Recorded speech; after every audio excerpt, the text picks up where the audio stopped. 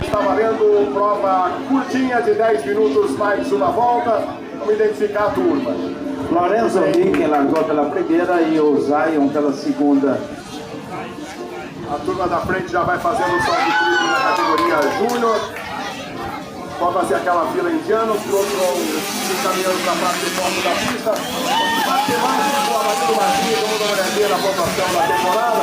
Já a gente vai ver o posicionamento de cada piloto para essa corrida classificatória. Categoria Júnior tem o líder da categoria Júnior, o Heitor Marcos, que tem a motocicleta número 300, foi distribuído 105 pontos, ele fez 91 pontos. O Zion de Souza tem a motocicleta 17, Gabriel Racing com 89 pontos. O Lorenzo Ricken com a motocicleta 16 tem 89 pontos, também é o terceiro colocado. Vitor Rocha, Yamaha 66 MS tem 72.